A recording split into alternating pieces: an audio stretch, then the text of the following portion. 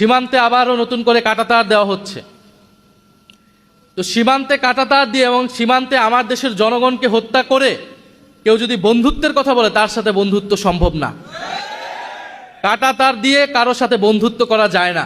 নাহিদ ভাই যে কথাগুলো বলছে অক্ষরে অক্ষরে সত্য কথা বলছে। এইভাবে বন্ধুত্ব হয় না। সীমান্তে গুলি করে আমাদের মানুষকে হত্যা করবেন আর আমরা গিয়ে আপনাদের সাথে বন্ধুত্ব করে আসব, এটাকে বন্ধুত্ব বলে না। আপনারা আমাদের সাথে শত্রুতাই করবেন আর আমরা গিয়ে আপনাদের সাথে বন্ধুত্ব করব না। বাংলাদেশের সাধারণ জনগণ কখনোই আপনাদের দাসত্ব মেনে নেবে না, কখনোই মেনে নেবে না। আপনারা কতজনকে মারবেন বিশ্ববাসী দেখবে, পৃথিবীর মানুষ দেখবে আপনারা কিভাবে। আরে আপনারা তো নিজ দেশের নাগরিককেই হত্যা করতেছেন, আমাদের নাগরিককে হত্যা করতেছেন। আপনাদের সাথে আবার কিসের বন্ধুত্ব?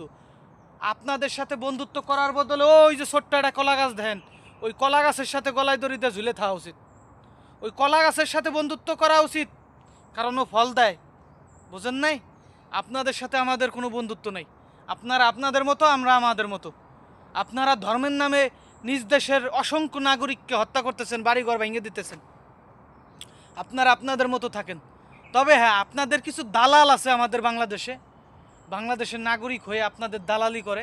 তারা আপনাদেরকে বন্ধু বলতে পারে, আমরা না। আসসালামু আলাইকুম। ওয়ালাইকুম আসসালাম। আপনারা আপনাদের মতো থাকেন।